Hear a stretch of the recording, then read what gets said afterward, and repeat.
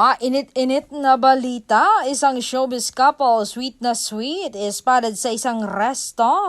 Ayon pa nga sa netizen, makikita raw talaga na in love talaga si Donnie kay Belle dahil napakaganda ng ngiti niya, walang halong eme. Dagdag pa nga ng netizens, parang sila lang yung tao sa resto dahil panay tawanan at kwentuhan ang magkasintahan. Talagang masaya silang dalawa, masaya sa kanilang relasyon.